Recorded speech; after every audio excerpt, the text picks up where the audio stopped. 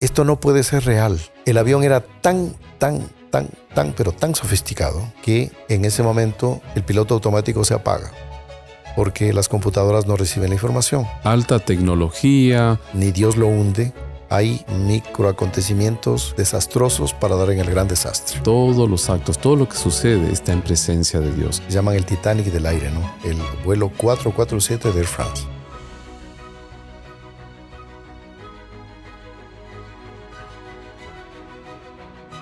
Salve María, estimados amigos, bienvenidos al podcast de los Caballeros de la Virgen. Ciertamente para algunos de ustedes llamará la atención el hecho de que vamos a elegir un tema sobre el accidente del avión de Air France del año 2009 que cayó en el Océano Atlántico. Y ustedes se preguntarán, bueno, ¿qué relación tiene con los temas que normalmente hemos tratado acá? Y tiene una profunda relación porque todos los actos, todo lo que sucede está en presencia de Dios. Y es interesante analizar y sacar conclusiones. Para este programa tenemos la presencia del Padre Mauricio Galarza que nos va a acompañar. Salve María, Padre Mauricio. Salve María, hermano Marcelo, así es. Le llaman a este vuelo que fue, se estrelló, fue un desastre, le llaman el Titanic del aire, ¿no? El vuelo 447 de Air France. Vamos a hacer la oración para iniciar este programa. Padre Mauricio. Claro. En el nombre del Padre, y del Hijo, y del Espíritu Santo. Amén. Dios te salve María, llena eres de gracia, el Señor es contigo. Bendita tú eres entre todas las mujeres, y bendito es el fruto de tu vientre Jesús. Santa María, Madre de Dios, ruega por nosotros pecadores, ahora y en la hora de nuestra muerte. Amén. Sagrado Corazón de Jesús, en vos confío. Nuestra Señora de Fátima, ruega por nosotros. San José, ruega por nosotros. Santos ángeles custodios, rueguen por nosotros. San Cristóbal, ruega por nosotros. En el nombre del Padre, y del Hijo, y del Espíritu Santo. Amén.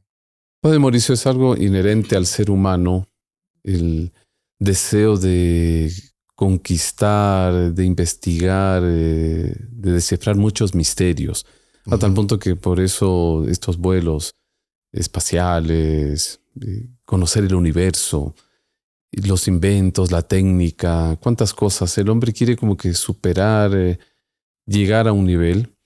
Y eso también nos recuerda un poco el caso de la Torre de Babel, ¿no? Porque había un deseo del hombre de construir una torre y hasta cierto punto de desafiar a Dios. Lógicamente, uno no puede oponerse a la técnica, a los avances científicos, pero ¿dónde está el punto de equilibrio, Padre Mauricio? Sí, claro que sí. Es legítimo que el hombre quiera conocer. Quiere conocer, por ejemplo, ahora que estamos hablando de los viajes a la Luna, quiere conocer el espacio, quiere conocer el sitio donde vive. Eso es enteramente legítimo y válido, ¿no? Todos tenemos esa curiosidad sana que está puesta por Dios. El problema es cómo el hombre lo encausa, por dónde el hombre viabiliza esto, ¿no? En este tema de este vuelo, que fue en el año 2009, ya hace más de 15 años, pues hace pocas semanas un tribunal francés pues dio un dictamen para que tanto el fabricante del avión como la aerolínea paguen una indemnización. Ya son, como le decía, más de 15 años de este hecho, y quiero mostrar aquí cómo dentro de todo este accidente también existe un fondo religioso, y hasta podemos decir hasta filosófico, de cómo el hombre confía mucho en sí mismo. El hombre tiene un afán, como usted decía en la Torre de Babel, de llegar hasta los cielos y pues como que dominar de alguna manera todas las cosas, pero prescindiendo de Dios. Dios le dijo a Adán que dominara todo el orden creado, pero no le dijo que se divorcie de él. Claro, porque hay como que el hombre comete un error de apropiarse de las cualidades, de los dones que Dios le concedió, y en cierto momento como que marginan a su creador. Entonces es mi capacidad, la inteligencia, la técnica que utilizamos para realizar eso. Y claro, como la técnica va avanzando, el hombre va aprovechando pues los avances, es natural, es normal. Solo que ahí es el problema, que uno confía tanto en la máquina que aconteció lo que aconteció. Fue en junio del 2009. El 1 de junio. El vuelo propiamente partió el 31 de mayo, ¿no? Como a las 7:20 de la tarde, Exactamente. desde Río de Janeiro con un destino a París. Sale este vuelo con 228 personas a bordo y viajan, pues, un viaje, Placentero. claro, digamos, para aerolíneas que hacen ese tipo de trayectorias largas, etcétera. Disponen de tripulación, de pilotos y aviones muy apropiados, muy sofisticados. Incluso era codiciado ese tramo, Padre Mauricio, porque para los pilotos europeos el poder quedarse unos 3 días en Río de Janeiro, conocer que el Corcovado, que el pan de azúcar, Claro. bueno, Bahía de Guanabara. tantas maravillas que tiene Río de Janeiro, Brasil, ¿no? exactamente. Para los pilotos, pues sí, fue un fin de semana de diversión porque ellos llegaron unos días antes y partieron pues en esta fecha, 31 de mayo, para París. Y nadie esperaba este acontecimiento. Solo para que sepamos un poco cómo aconteció. Este avión, muy sofisticado para su época, era de los mejores del mundo. Alta tecnología. Exactamente. No tenía ni 4 años de vuelos. Los pilotos, pues, así en general, muy, muy buenos, sobre todo el capitán. Salieron y hay un lugar, para situarnos, estamos en el hemisferio sur, está la ciudad de Río de Janeiro, viajando hacia el hemisferio norte, hacia Europa. 11 horas de vuelo y todos los pilotos saben, y es muy conocido, que hay unos encuentros de corrientes de aire muy fuertes cuando se cruzan los dos hemisferios, ¿sí? Y todos los pilotos saben de eso, saben que hay tormentas, saben que hay turbulencia, es algo ya muy conocido. Y este piloto, el capitán Dubois se llamaba, está con 2 pilotos más, son 3 pilotos. Debido a lo largo del viaje, pues se turnan para descansar. Es lo que llaman ellos de protocolos, ¿no? Que cada 4 horas tienen que turnarse por seguridad, ¿no? Claro, exactamente. ¿Y qué aconteció? Que, como decían algunos pilotos, cuando hay estos accidentes, hay micro sucesos, micro acontecimientos desastrosos para dar en el gran desastre. Entonces, como que fue una cadena de pequeños errores que dio en el gran error. Y bueno, uno de los errores parecería, según cuentan algunos, es que cuando el capitán estaba ya empezando a atravesar estas corrientes intertropicales, como le llaman. Que según los franceses creo que la conocen como la olla negra. También. Y que otros pilotos con experiencia, mismo así que tienen mucha experiencia, tratan de evitarla y bordear. Lo normal es eso. Y los que quieren, bueno, son un poquito más, ahí viene el problema, ¿no? Muy seguros de sí mismos. Temerarios tal vez, o confiando mucho en la tecnología del avión. En la tecnología, atravesaron la tormenta. Y bueno, pero que resulta que hablemos de el segundo piloto más experimentado, David Roberts. Él estaba descansando y cuando el capitán le pide el relevo, David Roberts se dirige al lugar y queda al mando el menos experimentado, que es el piloto de apellido Bonian, francés también, los 3 franceses. Y bueno, en este momento el capitán va a descansar porque hace parte del protocolo, o sea, él estaba cumpliendo con su protocolo, solo que para algunos pilotos sorprende porque la tormenta era bastante fuerte, bastante fea, y dejarle a uno menos experimentado al mando, pues no coincidía en la sensatez de un buen piloto. El hecho es que algunos dicen no, como tiene piloto automático, el piloto automático ya tiene mucha seguridad, el avión ya sabe cómo hacer, cómo no hacer. Comentan algunos ahí de que prácticamente los pilotos solo tienen que preocuparse del aterrizaje y el despegue. El piloto automático hace el resto. Porque ellos pueden programar. En el inicio del vuelo se programa todo lo que van a hacer y el piloto automático simplemente va a guiarse por... Pues bueno, no habría problema supuestamente.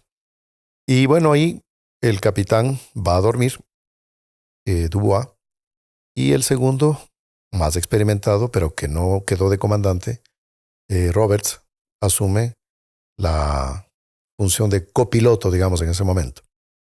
Si tal vez me equivoco en los términos técnicos para algún piloto que está viendo, pues le pedimos nos disculpe, pero el hecho es que entran en la tormenta, hay mucho frío, no solo frío, sino que empieza a caer escarcha, o sea, pedacitos de hielo fuertes. Cristales de hielo que van... Los pilotos en ese momento en sus ventanales, en sus parabrisas, no ven nada, absolutamente nada. Y el ruido aturde. La cantidad de hielo que cae sobre la máquina del avión, pues empieza a aturdir. Pero bueno, piloto automático, no hay problema, el avión sigue su rumbo. Pero, ¿qué aconteció? Que existen en todos los aviones unas sondas o tubos, también le llaman de pitot, desde el nombre que tienen, que son unos tubitos que miden las condiciones externas del avión para darle información al avión, especialmente en lo que se como refiere la presión atmosférica, puede ser la altura, velocidad. la velocidad, exactamente. Pero, ¿qué aconteció? Que esto también es común, dicen que estos aparatitos se congelan y se dañan momentáneamente. O sea, dejan de informar. pasar la señal Dejan de informar. a la computadora y por lo tanto los datos van a ser imprecisos. Claro. Pero como es algo momentáneo, a la vez hay un mecanismo que calientan estos tubos y todo vuelve a la normalidad. Entonces no nos sorprende nada. Solo que el avión era pero tan sofisticado que en ese momento el piloto automático se apaga porque las computadoras no reciben la información.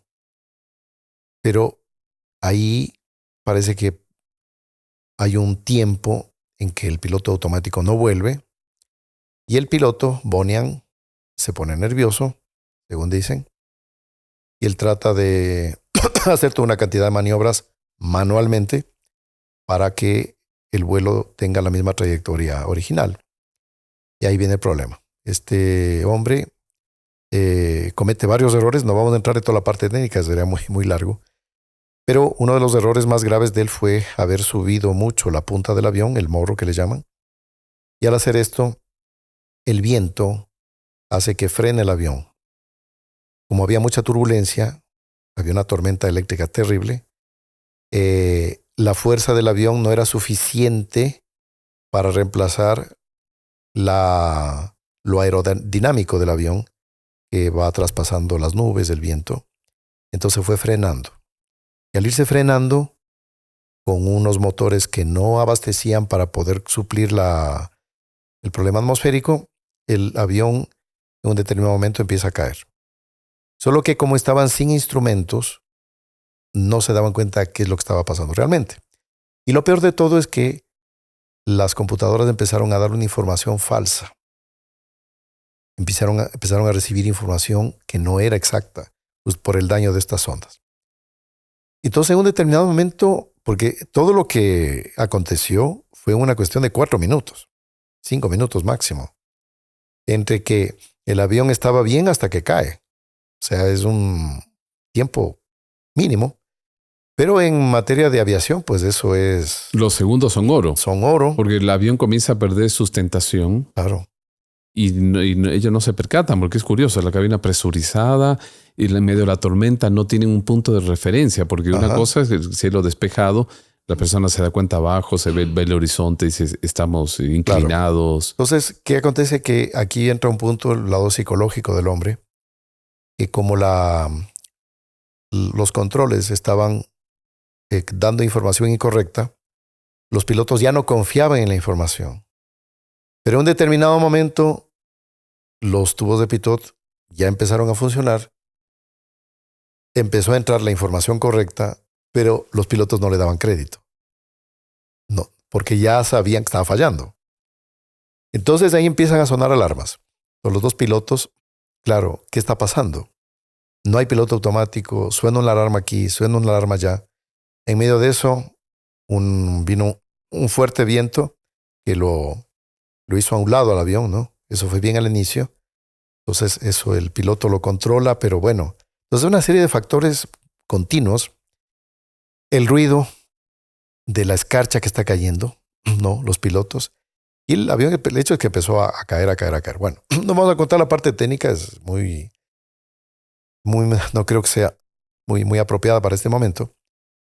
Pero el hecho es que ya cuando se dieron cuenta que perdieron el control del avión, Robert, que era el segundo más experimentado que no estaba al mando, acciona el botón para llamarle al capitán que estaba descansando.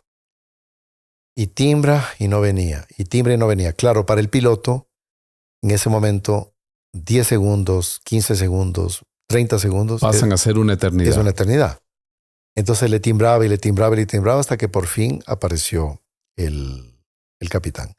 En ese momento, comentan que el avión estaba cayendo a 2,000 metros por minuto. O sea, estamos hablando 2 kilómetros por minuto. Una cosa espantosa.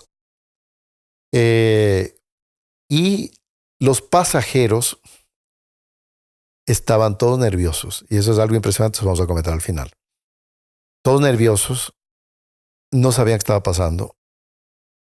Y el capitán cuando llega, en vez de él asumir uno de los dos puestos para él tomar el timón, se queda en un asiento detrás de ellos para analizar la situación. Y no digo que esté mal eso, pero muchos pilotos que han volado dicen el capitán debería haber tomado el mando y él quedarse con el pulso a la cosa. Pero se entiende que él estaba queriendo saber qué es lo que estaba pasando, porque toda la información era incorrecta. Los pilotos decían que no sabían qué estaba pasando. Y el que tenía el mando era el menos experimentado. Bueno, le piden que el capitán manda que Robert, el mejor piloto en ese momento en los comandos, asuma las órdenes que le iba a dar el otro. Bueno, y empieza a dar las órdenes al otro. Pero ¿qué resulta? Este hombre mantenía activada su palanca de control y eso hacía que todo lo que el otro hiciera y maniobrara no tuviera efecto. Claro, porque lo que comentan eran mandos independientes. O sea, de tal manera era la tecnología del avión que el uno ni sentía la parece reacción que del otro. Hay un mecanismo para que el uno gobierne, el otro no gobierne, pero en este momento los dos estaban iguales. Los dos estaban en situación igualitaria. Y esa igualdad los mató. Porque hasta saber qué estaba pasando, los controles que no daban la información correcta, el capitán queriendo entender qué es lo que está aconteciendo, ya al último se dan cuenta que Bonian estaba anulando las órdenes del capitán junto con Robert. Le dicen que deje ese mando, lo deja, pero ya era tarde. En ese momento, el avión ya se encontraba más o menos a 1 kilómetro del suelo y que era muy difícil en ese momento maniobrar. Bueno, ahora vamos a este tema que es lo que nos interesa. Estamos hablando de 3 pilotos que se dan cuenta que perdieron el control. Los 2 subalternos confiando en el capitán, pero el capitán, muy, digamos así, sorprendentemente cómodo atrás, hasta tranquilo, al darse cuenta ya de la inminencia de que todo estaba perdido, porque hay una grabación de la caja negra que encontraron, que demoró en encontrarse, ¿no? Demoraron 2 años de encontrar las cajas negras y grabaciones. Claro, Francia y Estados Unidos trabajaron en eso, en la búsqueda. Claro. También por la profundidad, ¿no? Por la profundidad y también corrientes. Por la importancia de los personajes que iban ahí. Después vamos a comentar eso. Había gente muy importante ahí en ese vuelo. Entonces, se escuchan insultos de la situación que están viviendo. Malas palabras que están echando al diablo esta situación. Bueno, Bonian a las tantas, faltando 1 minuto o un poco más de estrellarse, él se da cuenta que se va a estrellar. Y la frase de él es esta, ¿no? Esto no puede ser real. Esto no puede ser verdad. Nos vamos a estrellar. Los otros dos pilotos, silencio. El capitán dice una frase y chao. ¿Ya? Entonces vamos a lo siguiente. Los tres sabían que estaban mal. Y los tres, pienso, por el instinto de conservación que toda persona tiene, dicen, bueno, vamos a morir. Ninguno de los tres en la grabación no se escucha ni un Dios mío. Que lo normal, un ser humano bautizado o creyente, diría, En medio de esa angustia, una súplica al Creador, Dios mío, a la Santísima Virgen. ayúdame, ¿qué vamos a hacer? ¿Qué va a pasar?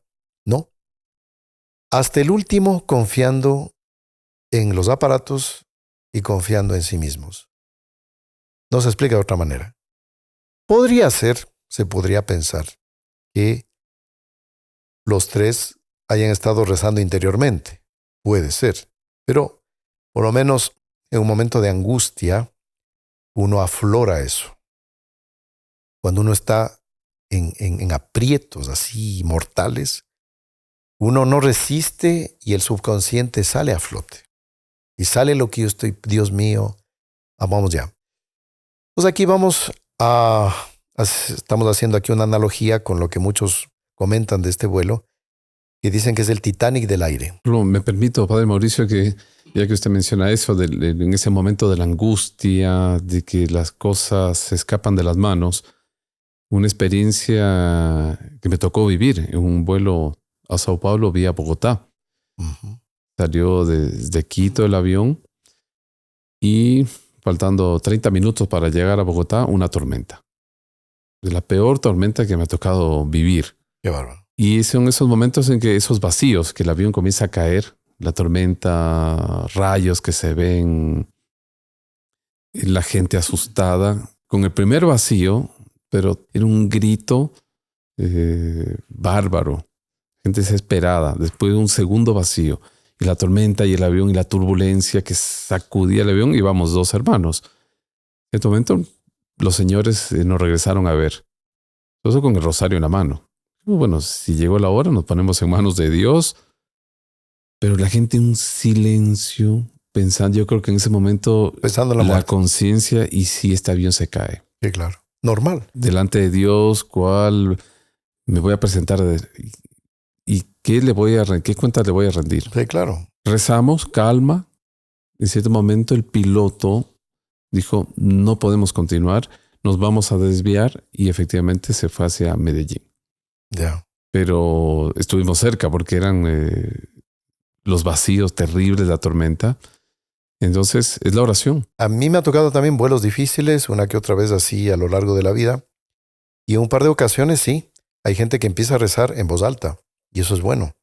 Y aquí pues hagamos unas recomendaciones prácticas, hermano Marcelo.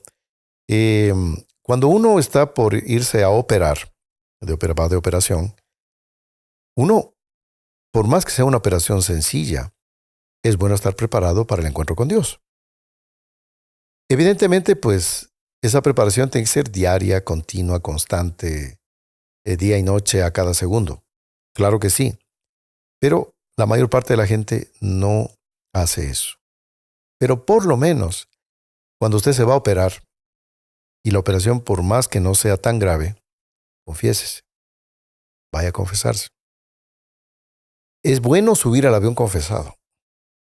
Y me da mucha pena que en los vuelos se ponen películas muchas veces inmorales y las personas pueden estar pecando mientras van volando.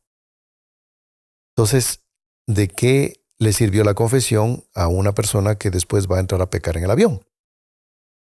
Entonces, son situaciones difíciles. El demonio también se las juega, el demonio también sabe cómo funcionan las cosas. Y ir rezando cuando el avión va despegando, hacer una oración en la mitad del vuelo, rezar al final cuando va a aterrizar, agradecer a Dios por haber aterrizado. Esa es una de las costumbres que debemos adquirir.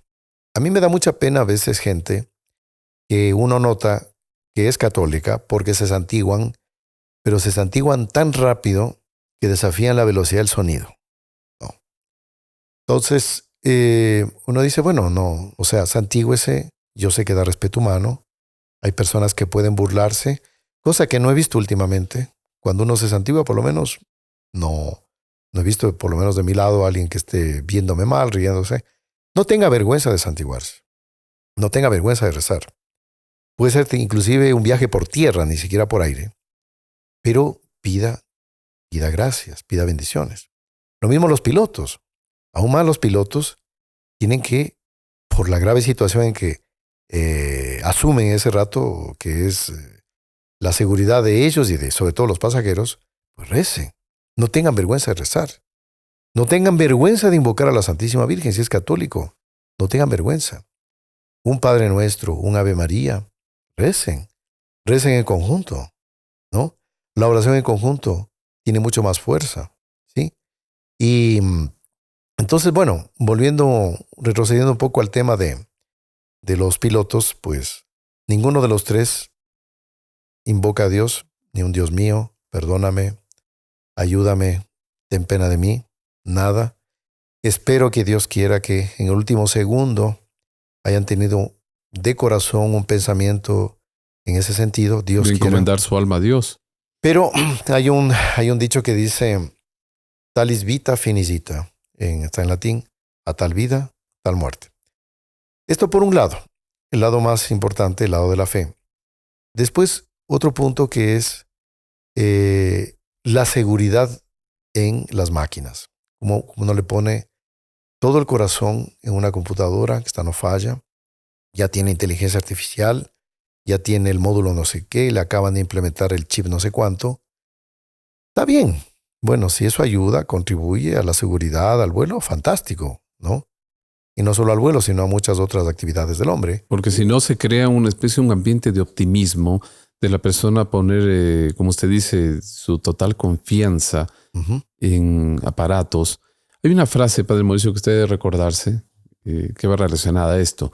Dicen que el dinero es un buen esclavo, pero un mal señor. Exactamente. ¿Qué significa eso? O sea, cuando yo utilizo el dinero para lo que debo, perfecto, él va a ser un buen esclavo, porque yo necesito comprar esto, gastar esto, renovar tal cosa, perfecto.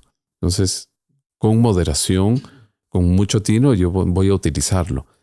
Pero en el momento que la persona está a la procura del dinero, por lo que el dinero le puede dar, que es placer, supuestamente felicidad, viajes, realización, si yo no tomo cuidado, el dinero se tornará un mal señor y yo voy a ser esclavo del dinero. Lo mismo de las máquinas. Las máquinas, ¿eh? No se trata de que no podamos utilizar los medios electrónicos, no se trata de eso, no estamos cuestionando eso. El problema es la mentalidad. Sí. Otro de los elementos también, para ver hasta dónde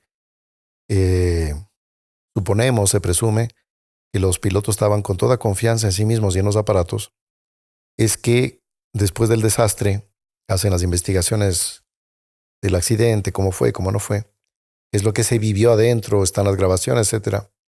Los chalecos salvavidas están intactos, ¿ya? Lo que indica que no se dio la orden. No fueron alertados. Porque claro, si el capitán sabe que están en medio del océano, o sea, no le va a pedir otra cosa. Señores pasajeros, alisten sus salvavidas, estamos en una emergencia. Bueno, está bien, entonces por lo menos una persona se pone el chaleco salvavidas y digamos que... Pensando que va a haber un aterrizaje. Ya, como que hubiera todavía una posibilidad, porque los pasajeros no saben qué es lo que está pasando. Ellos saben que el avión está en emergencia. Sienten la presión, la caída. Hubo gente que estaba gritando, el avión estaba cayendo a 2,000 metros por minuto, pues, y eso a medida que se acerca al suelo aumenta. El avión se cayó de panza, cayó así, ¿no? Porque impresionante, ¿no? El avión no se sustentaba, no podía sustentarse, parece absurdo. No se sustentaba, no volaba, estaba con los motores encendidos y todo, pero perdió todo el empuje y empezó a caer y cayó de panza. Pero bueno, digamos que podría haber un chance de que alguien pudiese sobrevivir en el agua. Entonces no se sabe esa parte, por lo menos de lo que vi no encontré, si hubo sobrevivientes luego del impacto. Todos dicen que no, pero también difícil decir eso porque... Pero si hubiera habido alguno que tuviera tenido un chance, el salvavidas lo salvaba. Hubiera ayudado, claro. Si bien es cierto que caer a esa altura sobre el agua, prácticamente el agua se torna una piedra. A 200 kilómetros por hora dicen que fue el impacto, ¿no? Imagínense. Claro, 200 kilómetros por hora no suena mucho, aparentemente, pero con la masa del avión, con ese peso que llevaba, era un plomo. Ahí los matemáticos, ingenieros, hagan las cuentas. Masa por velocidad. Exactamente. Ahora, ¿qué acontece? Que no avisaron. Los personajes, habían personajes muy importantes en el avión, ¿no? Ciertamente fueron a Brasil a realizar alguna misión. No sabemos. Sí, unos eran de Francia, que venían a hacer misiones, volvían de la misión cumplida o incumplida ya prácticamente, porque con esto del accidente no lo cumplieron a cabalidad. Y bueno, lamentablemente no sobrevivió nadie. Todo quedó, pues ya ahorita, del 2009, ya más de 15 años, como les decía. Y ahí hay que sacar lecciones, sobre todo de fe. Y los pilotos, si usted es católico, si usted es una persona que sabe que está en las manos de Dios, rece. Tenga todos los cuidados humanos, lógico. Toda la preparación, lógico. Hay que hacer todo lo humano, pero confiar en lo divino sobre todo, ¿no? Sí, hay un hecho muy bonito, Padre Mauricio. Cuando la imagen peregrina en Nuestra Señora de Fátima vino, fue en el 1998, vino a Ecuador desde Colombia. Había estado en Centroamérica en una gira en peregrinaciones. Fue a Colombia y de Colombia tuvieron la gentileza de traerla a Ecuador y se había organizado acá ya todo el recorrido, ¿no? Varias iglesias, varias diócesis que la esperaban. Y en esa época venía una empresa que actualmente no existe, pero en el vuelo Bogotá-Quito, en cierto momento uno de los motores comenzó a fallar. Y conozco los detalles porque el capitán, el piloto, esposo de una amiga nuestra. Este hombre no frecuentaba la iglesia, claro, era católico, fue bautizado, primera comunión, pero él hace mucho tiempo que no visitaba la iglesia. Y peor, confesarse. Solo que en el momento comienza a fallar uno de los motores. Dicen algunos entendidos, hasta con un motor se puede volver a la pista, ¿no? Pero él se preocupó porque también mucha turbulencia y no reaccionaba ese motor. Comenzó a avisar a la torre de control, estoy con este problema. Y ahí le dice, llama a una de las azafatas para que ya oriente de los anuncios, ¿no? A la jefe de cabina, que van a tener que regresar. Entonces que avise, pero la gente no se preocupe y bueno, que va a ser un procedimiento normal por seguridad. Solo que la azafata le dice, capitán, dice, aquí en el vuelo tenemos la presencia de la imagen de Nuestra Señora de Fátima. En la época que viajaba como pasajera y venía con un sacerdote nuestro. Y ahí el capitán, cuando le dicen que está presente la imagen de Nuestra Señora de Fátima, él se encomienda a la Virgen. Y va hacia el hermano nuestro que estaba junto llevando a la Virgen. Él paró un minuto, parece que hizo una oración, y volvió a la cabina. Qué impresionante, qué bonito. Y ahí después le contó a la esposa, dice, Virgen Santísima, ayúdame. Haz que yo pueda llegar al destino sin inconvenientes. Y efectivamente el motor comenzó a reaccionar. Increíble. El motor que estaba con falla. Y eso nos enteramos después, unos meses después del acontecimiento. Sí. Entonces son momentos en que la providencia toca los corazones, invita a las personas para que tengan esa confianza. Mire, si es para contar las historias que sabemos, hermano Marcelo. Tenemos que hacer varios programas aquí. ¿Te recuerda, hermano Marcelo? Aquí en Ecuador, hace algunos años, hubo una consagración de un equipo de fútbol conocido del país a la Virgen de Fátima. Cuando aconteció la consagración, el equipo estaba en los últimos lugares. Con posibilidad de descender a la Serie B, como dicen. Exactamente. Y bueno, ahí hubo una persona de mucha fe que logró que el equipo se consagre a la Virgen, ¿no? Y después de la consagración, el equipo empezó a subir Y ese año ganó el campeonato. Y claro, y parece que en los festejos, incluso salió hasta en el diario, salía esta joven, la Claro. que promovió la consagración, porque su padre estaba vinculado a la directiva del equipo. Sale ella con un cuadro de Nuestra Señora de Fátima atrás Sí, de sí. los jugadores. Sí, sí, sí. Y muy emocionada. Y fue gracias a la fe de ella que la Virgen de alguna manera les premió, porque hablemos de lo siguiente. No es simplemente porque el equipo gane. Ella lo hacía por fe. Ella no lo hacía porque le voy a consagrar a la Virgen y ahora va a ganar. No lo hacía por eso. Se hacía por fe, para que los jugadores sepan el papel de la Santísima Virgen y cómo ella puede transformar los corazones. Era más por una cuestión de fe que por un interés. Me consta eso. Pero la Virgen quiso que el equipo gane. Claro, como fue una señal, o sea, Dios permite que deja constancia de que efectivamente es la mano de él. Así es. Es cuestión de encomendarnos, cuestión de pedir, no tener vergüenza de manifestar nuestra fe. En los días del Mundial, pues, habían jugadores, gracias a Dios, que agradecían santiguándose luego de haber hecho un gol, rezaban, ¿no? Y eso está muy bien, manifestar la fe católica, ¿no?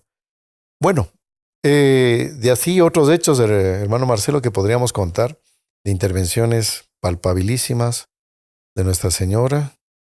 Naturalmente, estamos hablando, Dios es el que obra todo, o sea, la Virgen Santísima es la que, digamos así, pone en práctica, ejecuta las órdenes que Dios tiene y dispone y hace las cosas. Pero hay un papel muy especial de ella en todas las cosas.